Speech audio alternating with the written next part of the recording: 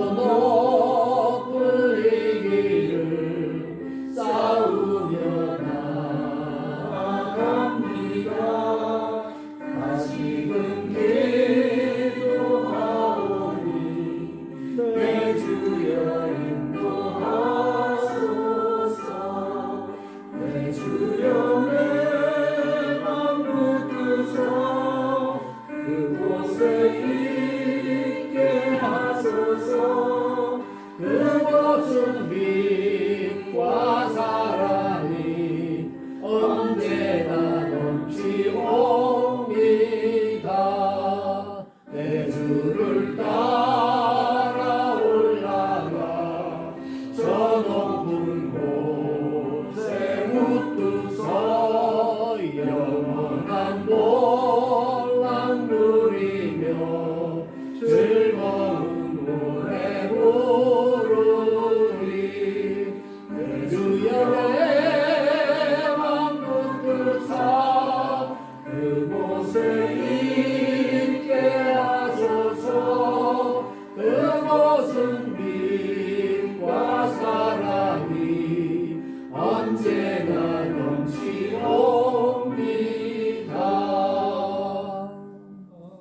박성현 장로님 나오셔서 우리를 대표해서 기도해 주시겠습니다.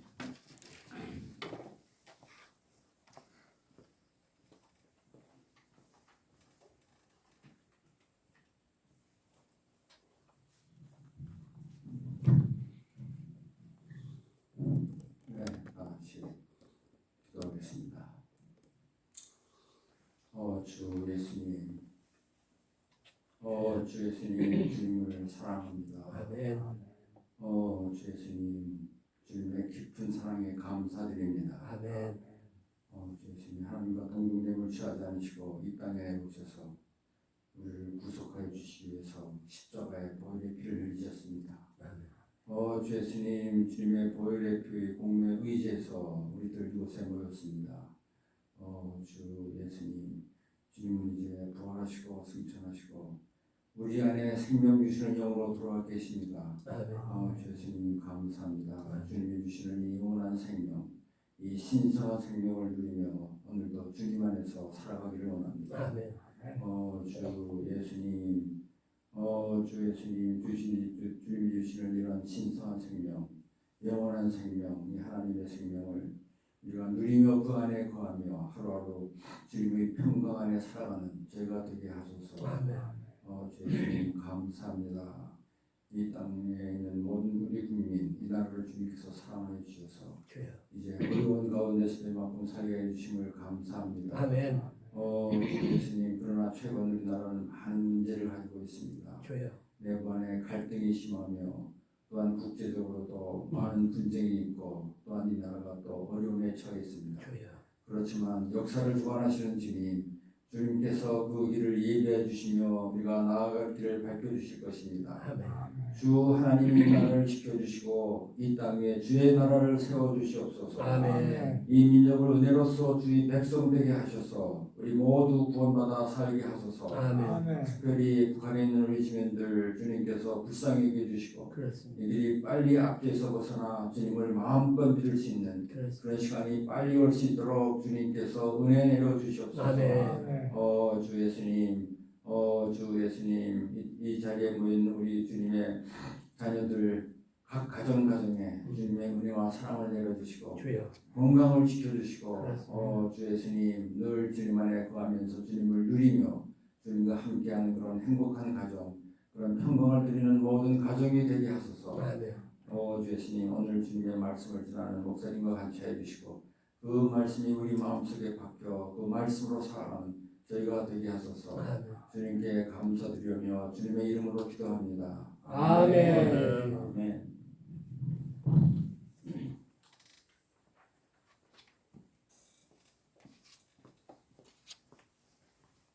네, 기도 감사드립니다. 다 함께 성경 봉독을 하시겠습니다. 열왕기하 4장 38절에서 41절입니다. 제가 먼저 읽고 교독하시겠습니다. 엘리사가 다시 길갈에 이르니 그 땅에 흉년이 들었는데 선지자의 제자들이 엘리사의 앞에 앉은지라.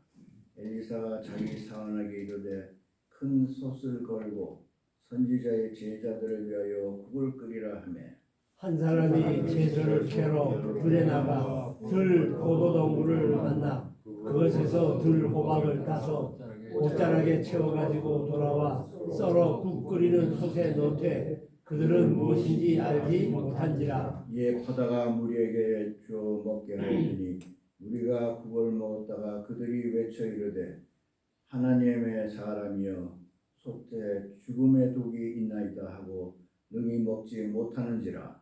엘리사가 이르되 그러면 밥을 가져라 솥에 던지고 이르되 퍼다가 무리에게 주어 먹게 하라 하매 이내 솥 가운데 독이 없어지니라. 아멘. 최명진 목사님 나오셔서 세상을 향한 교회의 사명이라는 제목으로 말씀 증언해 주시겠습니다.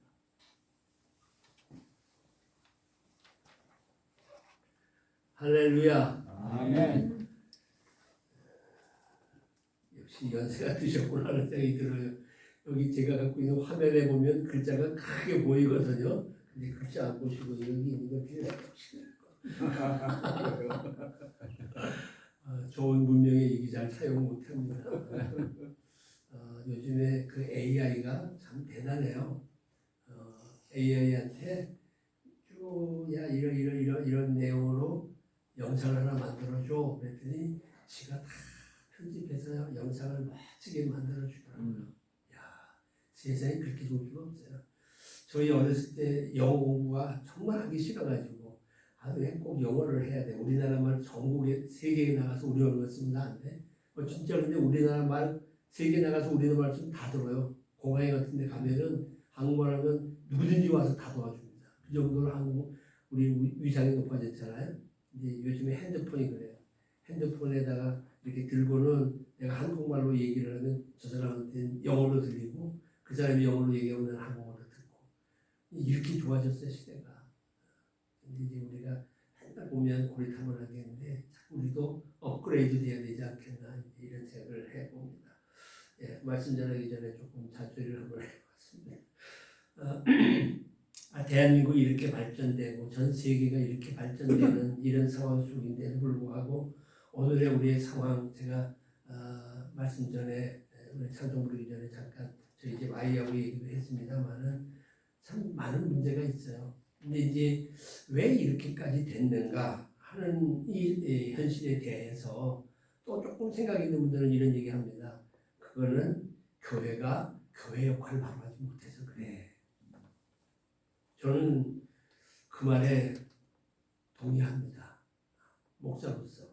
또 아마 여기 계신 그리스도인들이라면 그런 얘기를 들었을 때 맞아 그런 것 같아. 나부터도 온전한 그리스도인이 못 되니까 하는 고백을 하게 됩니다. 우리 선조들, 특별히 신앙인들, 우리 예전에 목사님들 이렇게 보게 되면 정말 세상 아무것도 모르고 그냥 안다고 하는 건 성경의 내용만 알고 계시고 목사님 어디 계세요? 그러면 서재에 계시거나 어디 계세요? 그러면 교회 야산 뒷산에 올라가서 기도하고 계시고 그래서 사모님이 목사님 진 드세요 그러면 이제 내려오고 뭐 이런 정도였는데 지금은 목사님 어디 계세요? 그러고 물어보면은 아이고 목사님 휴가 가셨는데 골프 치러 가셨다고 그런 얘기는 들어야 되는 이런 현실은 결국은 오늘의 사회가 이렇게 되지 않았나 하는 염려 아닌 염려를 합니다. 교회가 세속화됐다고 하는 사실에 대해서는 누구도 부인하지 못하는 것만은 사실입니다. 교회가 넓혀져서 사람들을 오게 하기 위해서 세속화로 나아가야 된다라고 하는 그런 생각들 때문에 그럴 수도 있지만 그러다 보니까 진리를 자꾸 놓치는 일이 아닌가 하는 겁니다. 그러나 그렇게 좀 부정적인 시각으로 교회를 본다 하더라도 교회는 교회입니다. 교회의 머리가 되시는 분은 그리스도이십니다. 우리는 그리스도의 몸된 교회의 단지 지체일 뿐입니다. 여러분 아시는 우리 교회가 언제부터 시작되었느냐라고 했을 적에 사도행전 1장 8절의 말씀입니다. 오직 성령이 너희에게 임하시면 너희가 권능을 받고 예루살렘과 온 유대와 사마리아와 땅끝까지 이르러 내 증인이 되리라 하는 겁니다. 교회는 예수님의 증인이 되어야 합니다. 예수님을 전해야 됩니다. 예수님이 어떤 분인지 또 어떤 분은 어떤 일을 하셨는지 증인으로서의 사명을 감당해야 된다는 겁니다. 전도지를 나누면서 예수님을 전하기도 하고 내 몸뚱아리로 예수님을 전하기도 하고 봉사하면서 예수님을 전하기도 하고 자기가 자기에게 주어진 의무를 감당하고 자기에 주어진 직업 속에서 직분 속에서 그 어떤 처지 속에서도 증인의 삶을 살아야 하는 겁니다. 근데 이 말은 이렇게 얘기할 수 있습니다. 세상살이라고 하는 그릇에 하나님의 말씀을 담아야 한다는 겁니다. 이해가 되시겠나요? 우리가 지금 살아가는 내 삶이 됐던 직장 생활이 됐던 뭐 학교에서 교수의 생활이 됐던 학생의 생활이 됐던 그 어떤 처지든 간에 소위 말하고 있는 그 그릇 안에 하나님의 말씀이 그 안에 담겨져야 한다는 겁니다. 그래서 그 말씀의 역사가 일어나야 된다는 겁니다. 그러다 보게 되면 이제 교회라고 하는 것을 우리는 크게 둘로 볼 수 있습니다. 보이지 않는 무형교회와 보이는 교회. 보이는 교회는 뭐 조직이라든가 건물이라든가 이런 건 교회라고 우리가 얘기를 합니다. 근데 지금 우리가 말하고 있는 교회는 여기서 말하고 있는 교회는 성도들의 모임 자체를 교회라고 볼 수 있어요. 다시 말하면 우리 이렇게 모이는 여기에 교회라고 하는 얘기입니다. 여기가 교회입니다. 그렇기 때문에 교회는 규모가 크던 작던 교회로서의 소명을 감당하면 되는 겁니다.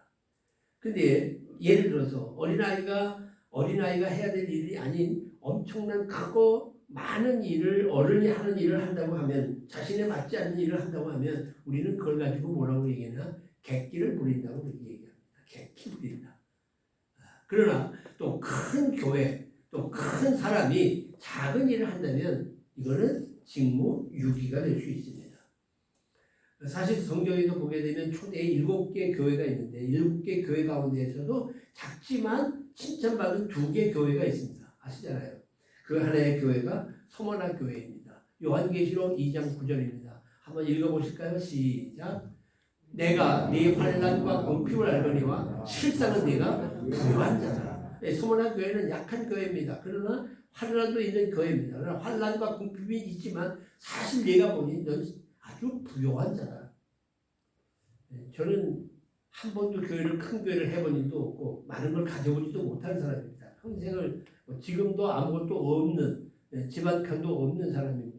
또 집안칸 없어야 진짜 목사다라고 하는 그 알량한 자존심 하나 가지고 살다 보니까 진짜 지금은 마지막이 되니까 힘이 들어요. 너무 없는 게 힘들어요. 좀 있으면 좋았을 거 하는 그런 생각도 해봅니다.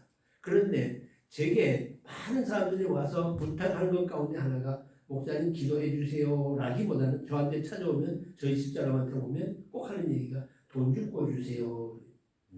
제가 돈이 좀 많아 보이는가 봐요. 저희 집사람도 좀 부하거든요.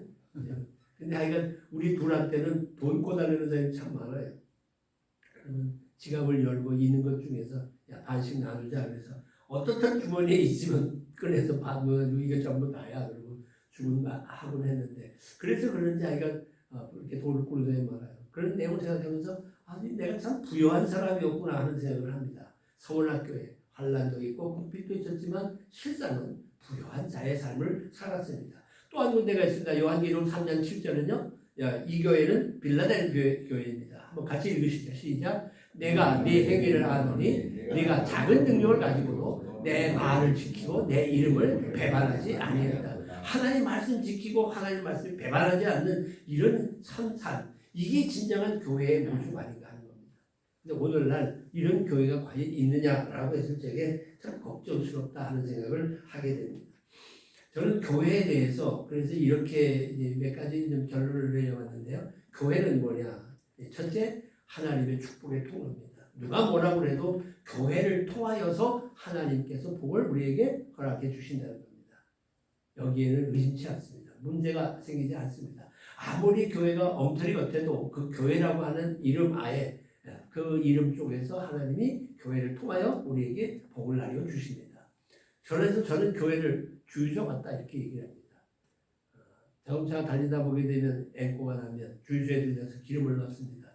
인생살이를 살다 보게 되면 힘들고 어려울 때 교회에 와서 은혜를 공급받습니다.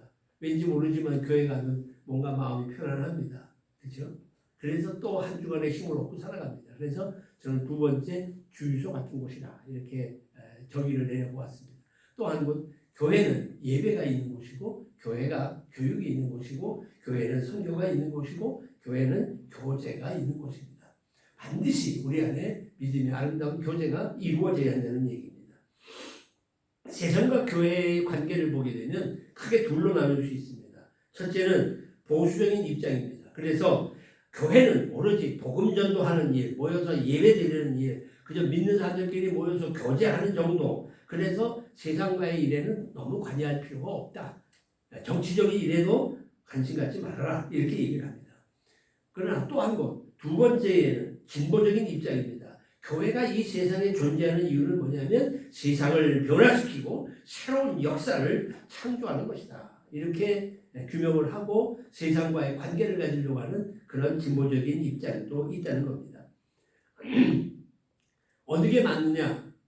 전 둘 다 맞습니다. 근데 그 둘을 잘 묶어내야 됩니다. 양극화 현상은 바람직하게 못 됩니다. 그러나 둘이 잘 묶여져서 교회가 교회로서의 소리를 낼 수 있다면 그건 참 귀한 일이다. 근데 이제 우리나라의 많은 사람들이 소위 정교분리라는 얘기를 많이 합니다. 그렇죠? 그래서 정교분리라서 종교는 이 정치에 관여하지 말아야 된다. 이게 우리들 생각 속에 많이 담겨져 있어요. 근데 이게 언제부터 이런 얘기가 됐느냐면 일제시대 때, 소위 일제 강점기 때에 야 너희들 너무 이 나라 일에 관심하지 말고 너희는 예수나 잘 믿고 교회 안에서만 해. 이렇게 하기 위해서 정교분리라는 얘기를 했는데 원래 정교분리의 말은 언제 시작되었느냐면 영국에서 여러분 아시는 대로 총교도들이 영국에서 이렇게 등을 지고 메이플라워를 타고 미국이라는 신대시 오잖아요. 그 오는 과정 속에서 영국에서 총교도들이 우리가 신앙생활 하는 데 있어서 나라가 우리를 간섭하지 마.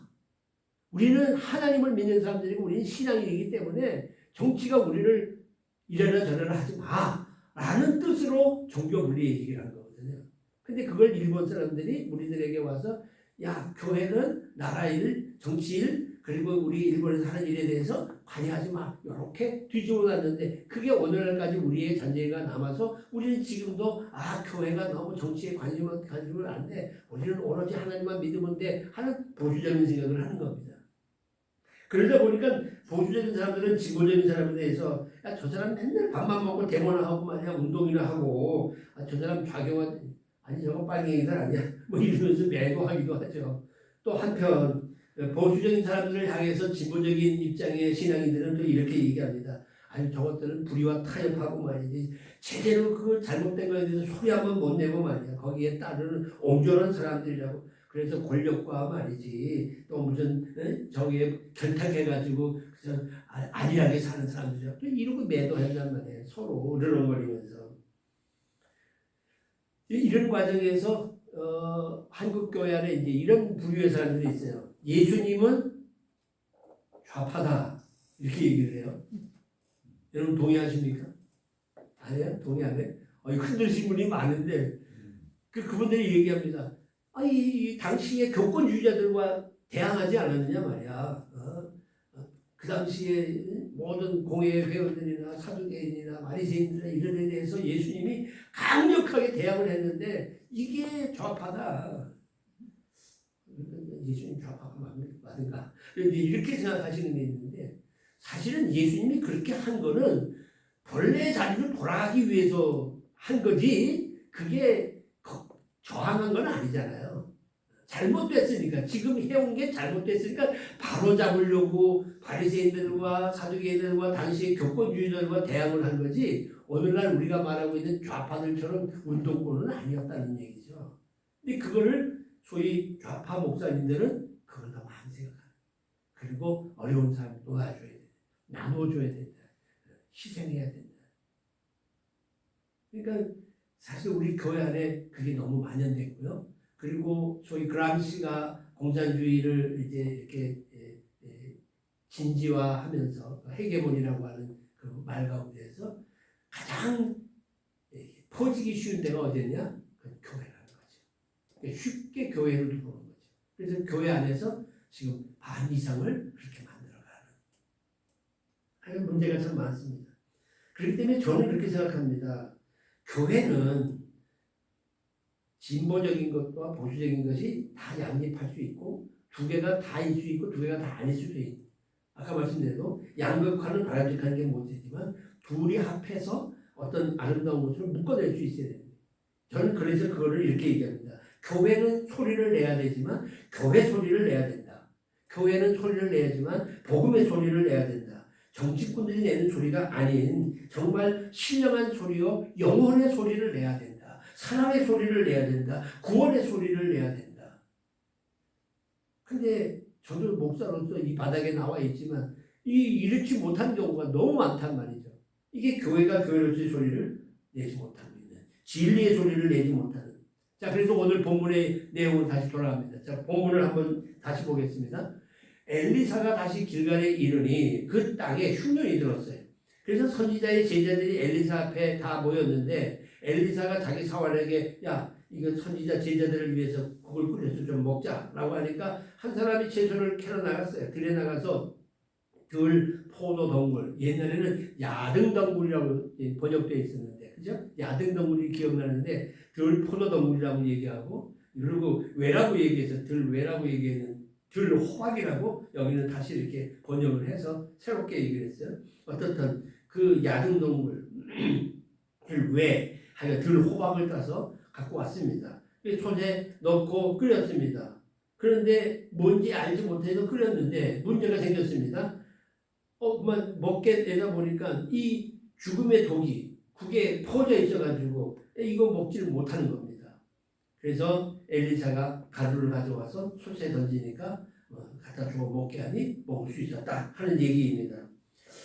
이 내용을 보면서 우리는 몇 가지 교훈을 좀 생각해 볼 수 있어요. 실제 뭐냐면 국 속에 죽음의 독이 들어가게 된 원인이 뭘까? 왜 국에 이 죽음의 독이 들어갔을까? 그건 다른 거 아니죠. 독이 든 풀을 넣기 때문에 그런 거 아니겠어요? 독이 든 풀을 넣기 때문에. 독이 있는 풀로 국을 끓이니 그건 어차피 전체가 다 죽음의 소시적으로 말았다고 하는 얘기입니다. 문제는 이런 겁니다. 자, 왜 독이 있는 풀로 국을 끓였을까? 왜 그랬을까요? 다른 거 아니죠. 독이 있는 풀인지 아닌지 구별 못하니까. 문제는 여기 있어요. 분별력이 없단 말이에요. 무지하단 말입니다. 이 독초라는 표식이 없다 보니까 분별하지 못하니까 그냥 있는지 없는지 모르고 풀을 갖다가 덩굴을 넣고 끓였더니 그만 독이 온 솥에 퍼졌다고 하는 얘기입니다. 지금 우리 시대는 분별하는 지혜가 없어요. 분별이 안 되는 거예요. 원래 분별을 하려면 기준이 서야 되는데 기준이 자꾸 흔들린단 말이에요. 이게 이제 요즘 말하고 있는 이제 포스트 모더니즘이라는 거 아닙니까? 그러니까 이 원칙이 다 깨져버렸어요. 겨울에는 어떻게 해야 돼요? 겨울에는 추우니까 옷을 두껍게 입어야 됩니다. 모자를 쓰고, 그렇죠? 근데 여름에는 더우니까 반바지를 입고 반팔을 입어야 되는 겁니다. 요즘에 한번 보세요, 젊은이들. 밑에는 반바지를 입고 쓰레빠를 신었는데 위에다가 털모자를 이렇게 썩고 다니더라고. 저 미친놈. 근데 그건 자기 패션이에요. 그러니까 모더니즘. 다시 말하면 소위 말하고 있는 그 지금까지 어떤 정통성이나 지금까지 갖고 있는 것들을 다 배제해버리는 그러니까 이성 밖의 일들이 만연되고 있는 현상이잖아요. 현상. 자, 그런데 우리가 아는 대로 이게 구별이 안 되는 건 뭐냐면 기준이 없는데 기준을 잡아야 돼요. 그 기준이 뭐라고요? 캐논이 뭐예요? 말씀. 하나님 말씀 외에는 기준이 지금 없단 말입니다. 여러분 인터넷에 보게 되면 A부터 Z까지 다 있기 때문에 다 내 말이 맞아요. 예전에는 자식들이 뭘 물어보면 부모가 대답을 해주잖아요. 그러면 그게 맞는 줄 알고 살았어요. 근데 요즘 애들은 자기가 머릿속에 갖고 있는 생각이 있어요. 이거 아니야? 그런데 A부터 Z까지 다 답이 있기 때문에 인터넷 들어가서 찾아보니까 있어요. 거봐, 내가 생각하는 게 맞잖아. 그러니까 전부 자기 얘기만 맞아요. 남의 얘기에 대해서 들으려고 하지 않아요. 내가 생각하는 게 맞아요. 왜? 인터넷에도 분명히 있기 때문에. 그게 없다는 문제가 없는데 기준이 흔들려버렸어요. 하나님 말씀이 흔들리기 때문에 세상 사람들에게 그 말씀이 주어지지 않았기 때문에 이게 안 된다는 거예요. 적어도 우리 교회는 그 말씀을 들고 있으니까 교회가 흔들리지 말아야 된다는 얘기입니다. 자, 여기 그림을 한번 보세요. 아름답죠? 이게 독버섯입니다. 독버섯인데 여러분들 보시기에 오른쪽 편이죠. 오른쪽 편에 보게 되면 느타리 버섯이 있는데 요 가운데 거는 요건 먹는 거예요. 느타리 버섯. 여러분들 여기 우리 형수님들 요리 잘 하시잖아요. 느타리 버섯. 근데 그 옆에 화경버섯이라는 건 독버섯인데 비슷하게 참나무에서 그렇게 매달려 있어요. 또 독버섯이 마귀광대버섯하고 능이버섯 저쪽 거는 먹어요. 능이버섯은 그 얼마나 귀해요. 능이버섯. 식용버섯입니다. 그런데 마귀광대버섯도 비슷해요. 왼쪽에 있는 그림들의 알록달록한 건 이거는 이거 진짜 이거 독버섯 같으니까 이거 먹지 말아야 되지 이러지만 오른쪽 것들은 비슷하단 말이에요. 쌀이버섯하고 노란 파리 쌀이버섯하고는 비슷해요. 그러니까 이건 먹어도 되냐? 그래서 산에 올라가서 이거 좋은 버섯이야. 그거 따다가 먹어서 죽는 경우도 있잖아요. 야생동물이 바로 그런 거예요. 야생동물이 설사가 있는 클로로신이 들어갔기 때문에 그게 국에 퍼지니까 사람들이 그 국에 죽음의 독이 퍼졌다고 얘기를 하는 거죠. 예수님께서도 너희들 뱀같이 지혜롭고 비둘같이 순결해야 된다고 얘기를 합니다. 근데 지금 우리나라에 이보다 더 정말 무서운 독이 퍼져 있잖아. 우리나라 현재 국소에 퍼져 있는 국보다 더 독한 것이 있는데 그게 죄라는 얘기입니다. 죄가 퍼지면 개인도 망하고 사회도 망하고 정권도 망하고 국가도 망하는 겁니다. 정말 죄인들이 판치는 세상이에요. 저희가 아까 차량식 얘기를 했는데 차에다가 스피커를 4개를 크게 틀어가지고 빵빵하고 소리를 냅니다. 조국, 황원아 2년, 3년 다 2심에서 전부 결심을 받았는데 뭐 잡아들이지 않는단 말이야. 저희 이제 같이 운동을 하던 동료가 있습니다. 이희범 씨라는 분, 김상진이라는 분, 박준식이라는 분, 이런 분이. 김상진이가 문제가 됐는데 사무실에 와서 검사가 이제 수색을 했어요. 압수수색을 하는데 이 두 사람이 새파랗게 젊은 사람이 와서 이렇게 하고 하니까 그렇지 젊은 사람이 뭐 왜 그러냐고 이제 말할 수 있겠지. 그랬더니 공무집행 방해라고 얘기를 한 거예요. 그러니까 그러면서 옥신각신 하는 걸 또 옆에서 박준식이라는 분은 좀 착해요. 사람이. 애도 없고 아주 사람이 옆에 보면 양주분한 사람이에요. 기자 출신인데 시민운동을 하고 제 밑에서 있던 친구인데 제 밑에 친구인데 아주 저한테는 그냥 전화하면 목사님 좋아하던 친구. 얘가 이제 아마 이렇게 카메라로 영상을 찍었던 거예요. 그거를. 근데 이 둘을 공무집행 방해라고 그래. 그러니까 이제 변호사들이 생각하기를 그 정도는 가가지고 집행이 이렇게 나오든가 아니면 벌금형은 없다. 끝날 거다. 그리고 그날 아침도 저한테 전화하면서 목사님 제가 오늘 재판을 받는데 내일 그 다음 날이 수요일이에요. 내일 우리 저 국회에서 모이는 모임에 대해서 목사님 뭐 준비해 주세요. 혹시 잘 준비할 테니까 그래 재판 잘 받아. 그리고 들어갔는데 그 자리에서 판사가 잡아도 그래가지고 6개월 때려가지고 잡혀 있어요. 지금 수가 있다고.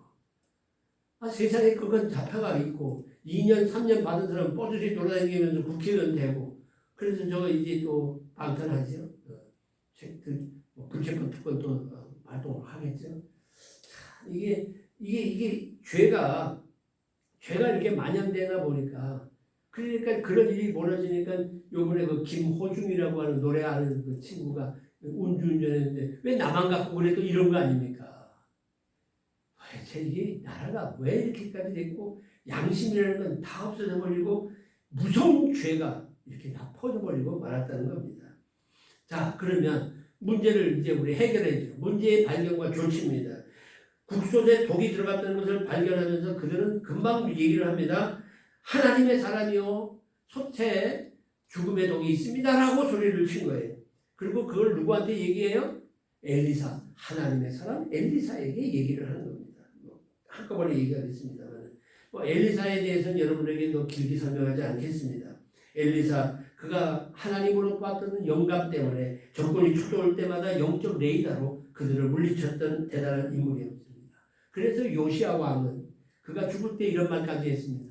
엘리사에 대해서 이렇게 얘기합니다. 이스라엘 왕 요아스가 그에게 내려와 자기의 얼굴에 눈물을 흘리며 이르되 내 아버지여 이스라엘의 병고와 마병이여. 이스라엘 지켜주던 병고여 이스라엘 지켜주던 마병이 바로 엘리사였다는 거예요. 그 영적 레이더로 그들이 오는 것을 다 막아내고 그들의 눈을 어둡게 해서 사마리아 성으로 끌고 들어가 그들을 몰살시키는 이런 일들을 엘리사가 했다는 겁니다. 하나님의 사람이었기 때문입니다.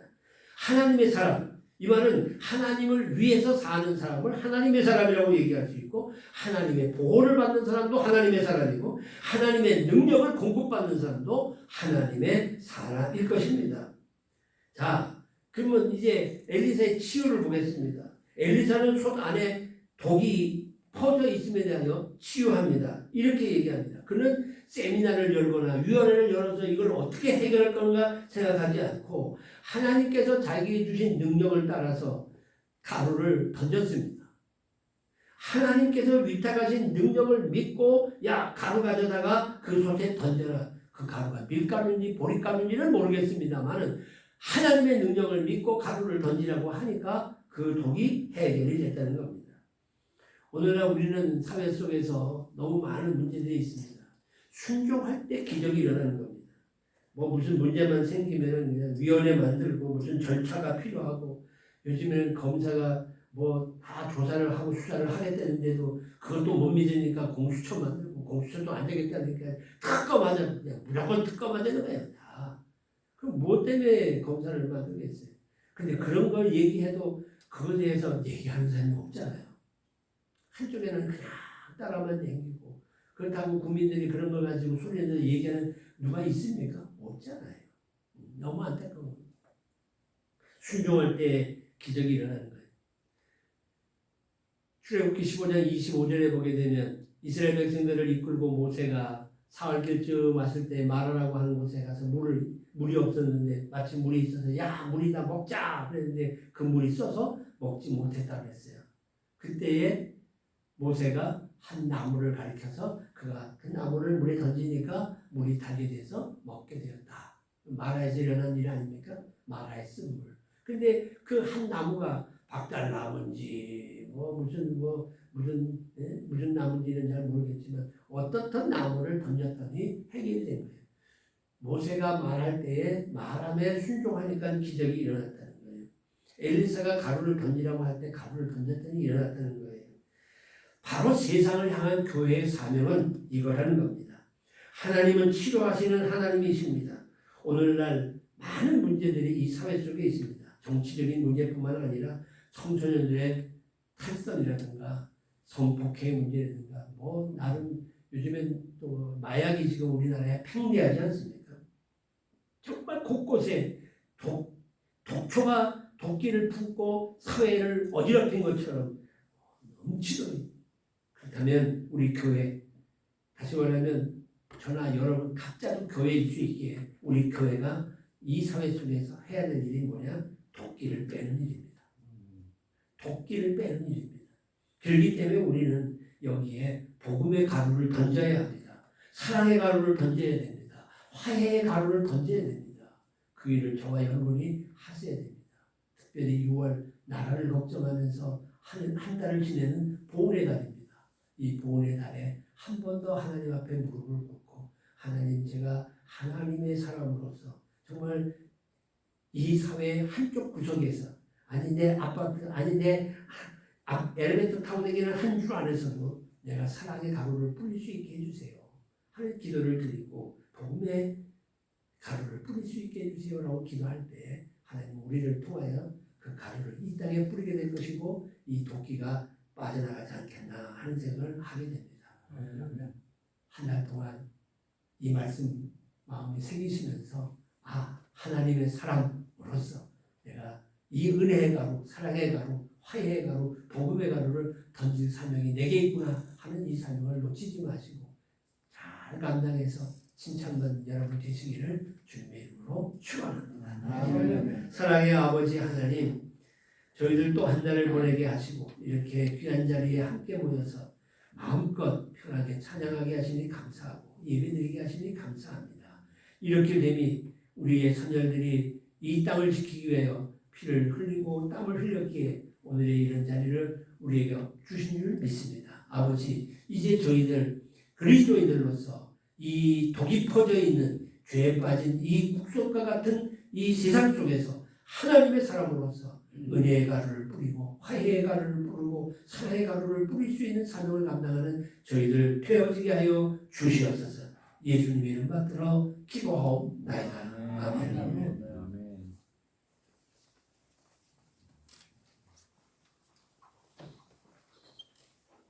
네, 목사님의 귀한 말씀 마음에 새기시고 실천하는 여러분들 되시기를 바랍니다. 이제 평화의 기도 부르시면서 헌금하도록 하겠습니다.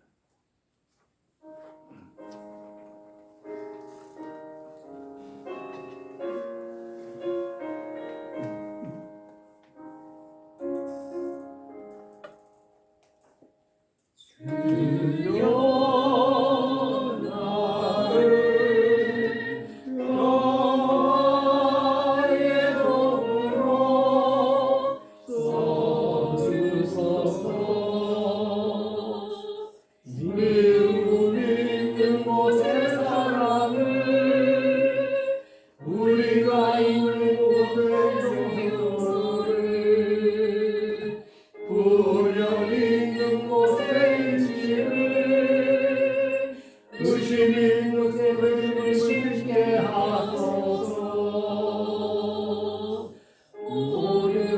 있는 곳에 진리를 절망이 있는 곳에 희망을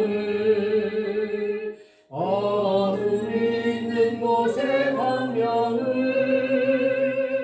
슬픔이 있는 곳에 슬픔을 씻게 하소서.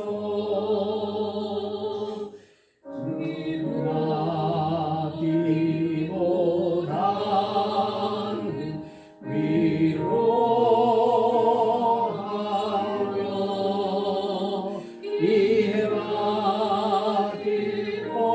이해받기보다는 이해하며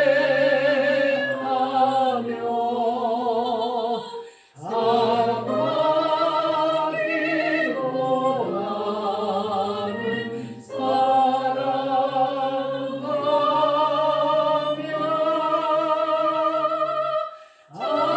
자기를 온전히 주로서 영원한 생명 얻으리니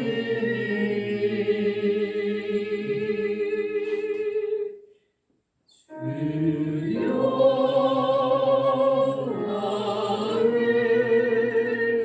영원의 몸으로 써주소서. 아멘. 목사님 나오셔서 또 하시겠습니다. 사랑의 아버지 하나님, 오늘도 하나님 앞에 예배하면서 저희들의 마음을 담아 주께 올려드립니다. 주님, 이제 일선에서 이선으로 물러난 지도 꽤 오랜 시간 흘러가며 우리가 재정적으로 많은 어려움이 있습니다만 그 가운데에도 떼어 아버지 앞에 우리의 마음을 담아 드리오니 주님 기쁨으로 받아 주옵소서. 아버지 하나님, 이 물질이 주의 장중에 붙들림만 되어 쓰여지는 곳곳마다 주의 놀라운 역사가 일어나게 하시고 주의 영광이 드러나게 하시며 주님의 거룩한 뜻이 그 물질을 통하여 심겨지는 역사가 있게 하여 주옵소서. 이제도 종이 간절히 기도합니다. 이제 연로하신 가운데 계시오니 하나님 더욱 강건함을 허락하여 주옵시사.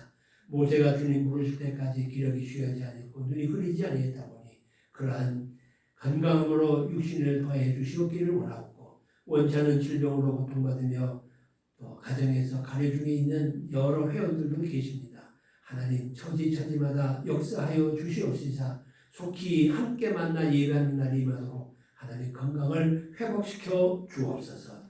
이런저런 이유 속에 함께 하지 못합니다. 하나님 저 자리 위에 함께 하시되 결코 하나님을 멀리하는 자리에 있지 아니하도록 주님 동행하여 주시옵소서. 가정마다 지켜주시고 특별히 저희들 안지나서나 그저 우리 아이들 생각이 오니 분가하고 출가한 아들딸들의 가정을 기억하시고 신손 외손 어린 생명들 무면 건강하게 성장케 하시며 적은 우리의 믿음이나마 잘 저들에게 계대가 되어서 저들도 믿음의 자리에 믿음의 길을 걷는 귀한 은혜의 역사가 대를 이어질 수 있게 하여 주시옵소서.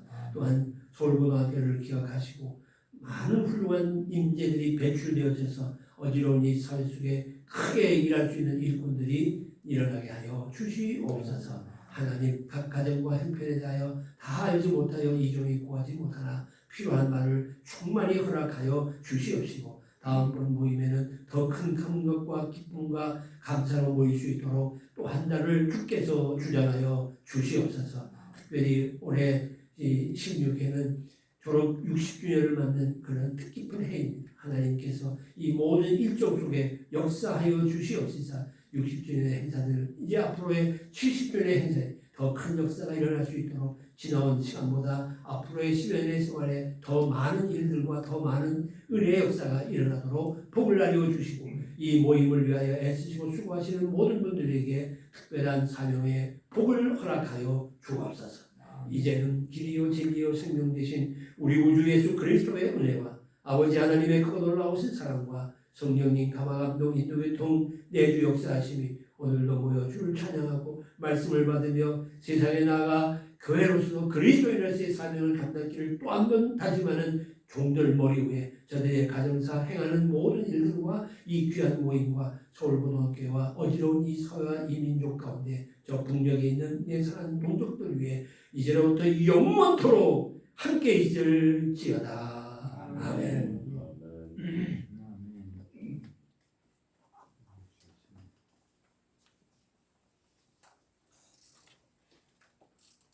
네, 감사합니다. 날마다 우리 최명진 목사님의 말씀과 또 축복의 기도로 여러분들 은혜 많이 받으셨기 바랍니다. 오늘도 우리에게 말씀을 선포해 주신 우리 최명진 목사님 감사합니다. 또 오늘은 특별히 오래간만에 우리 박성현 회원님 나오셔서 또 대표 기도를 해주셨습니다.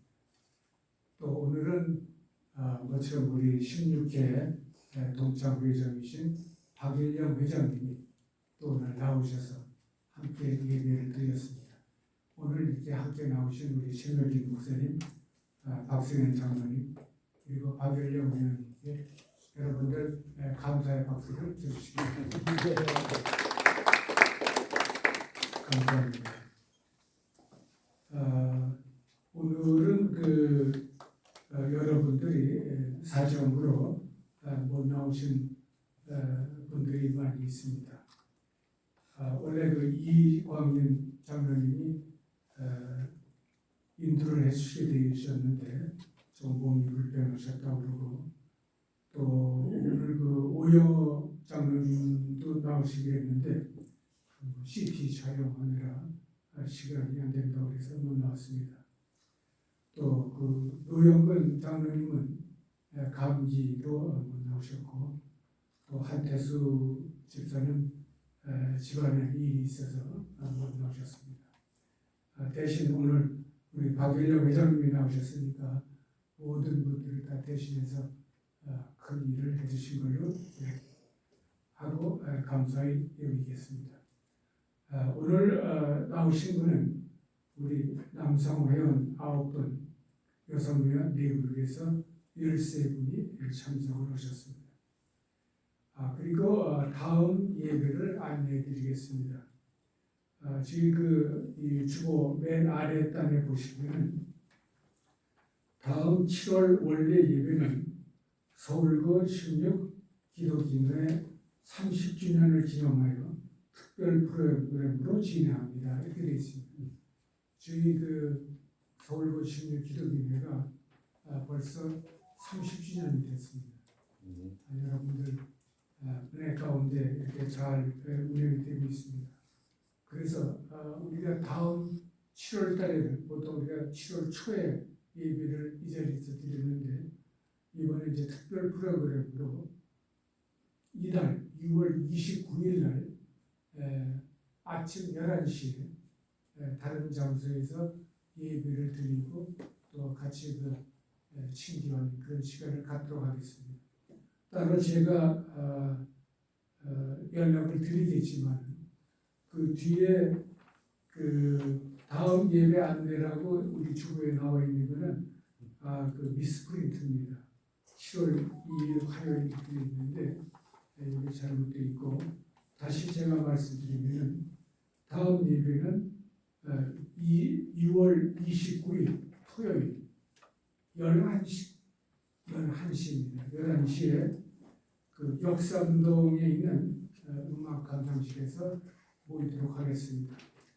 당초에 저희가 원주에 있는 치악산에 있는 음악 감상 장소를 가기로 했었는데 마침 역삼동에 그거와 같은 유사한 좋은 장소가 또 나왔습니다. 그래서 원주 치악산을 가면은 저희가 가는데 못해도 한 1시간 반에서 2시간, 오는데 한 2시간 이렇게 한 4시간을 우리가 소모하기 때문에 그거보다는 역삼동에 있는 음악 감상실에서 하는 것이 더 알차다 이렇게 생각을 해서 29일 토요일 날 11시에 모여서 1차로 예배를 드립니다. 그 예배 끝난 다음에 함께 식사를 하고 그리고 한 1시에서 1시 반경에 음악 감상을 하도록 하겠습니다. 이 음악 감상은 여러 가지 여러분들이 원하시는 공목, 원하시는 프로그램을 다 반영을 할 수가 있습니다. 그래서 여러분들이 특히 나는 이러한 음악이 좀 듣고 싶다든지 또는 이러한 무슨 오페라를 좀 봤으면 좋겠다 이런 것이 있으면은 저에게 연락을 해주시면 모두 다 준비할 수가 있습니다. 그래서 모처럼 여러분들 함께 모여서 예배도 드리고 또 눈과 귀를 즐겁게 하는 그런 프로그램을 만들도록 하겠고 그 장소에 대해서는 제가 별도로 연락을 할 테니까 우리 박상현 장로님도 나오시고 우리 박일용 회장님도 나오셔서 같이 즐겨주시기 바라겠습니다. 그리고 오늘 식사는 여기 교회에 있는 그 식당에서 식사를 하도록 하겠습니다. 그래서 우선 앞에 나오셔서 증명사진 하나 찍으시고 박영훈 회장님 말씀 한마디 하셔야지. 말씀해. 회장님 말씀 한번 하시죠. 예, 그 60주년도 뭐 안 하세요? 60주년 같은 것도 얘기 하셔야 돼요. 얘기 저번에 했지만 우리 목사님이 말씀하셨습니다. 그럼 하셔야지. 설명해 아니 왜냐하면 저희가 50주년이에요. 저희가 26회가 50주년이라. 안녕하세요. 예. 이게 1년에 뭐 여러 번 오는 것도 아닌데 보면은 마음이 편안해요. 그래서 목사님 말씀도 아주 귀에 쏙쏙 들어오고 그렇습니다. 올해는 우리가 졸업 60주년의 팔순잔치를 하는 해입니다. 그래서 작년 11월부터 준비 그 토론과 토론을 거쳐서 이제 확정된 것을 갖고 6월 달에 확정을 하면은 이번에 우리가 동기회보가 나아갈 때 참가 신청서와 함께 일정표 뭐 어떻게 하겠다 하는 안내가 들어있는 게 발송될 걸로 보고 있습니다. 그리고 아까 이은성 장로하고 그동안 얘기했지만 기독인들이 6월 29일에 갖는 기념 예배 저희 동교에서도 적극적으로 지원해 드릴 겁니다. 그래서 그 세부 사항은 이은성 장로하고 김재현 회장하고 얘기해서 우리가 어떻게 도울 것인지 저희가 동교회가 그동안 코로나도 있고 뭐 그래서 동교회 운영하고 있는 사람이 저하고 신영준이 둘밖에 없습니다. 둘이 그리고 또 여럿을 불러서 뭘 하려고 해도 이 노인네들이 할 일이 이렇게 많아갖고 한 번에 다 모이는 적이 없어요. 그래갖고 우리 절차 60주년 행사를 어떻게 하겠다 하는 모임도 5번을 했는데도 그래도 거기 참석 안 하신 분들이 있어요. 그래도 우리 동기에 회장을 하셨던 분들 보고 이렇게 하자 저렇게 하자 하고 얘기했는데 하여튼 어떻게 해서든지 14회나 15회가 했던 거에 뒤지지 않는 걸 하려고 생각을 하고 있습니다. 이번에 특이한 사항 하나는 우리가 이제 연세들이 많이 드셔갖고 기념식을 하는 날 모두 자고 아침에 떠나는 걸로 했습니다. 왜냐하면 저녁에 늦게 끝나서 집에 갔다 또 새벽같이 아픈 정도로 오는 게 우리 나이도 있고 불편하지 않겠냐 해갖고 그날은 우리가 기념식하고 다 주무시고 아침에 떠나 많은 참석해 주시고 하여튼 우리 올해 4월 30일 날 서울고등학교 6회 졸업생 선배님들이 졸업 70주년의 구순잔치를 하셨습니다. 그래서 모두 28분이 참석하셔갖고 아주 그 28분이 저희하고 비슷해요. 근데 우리가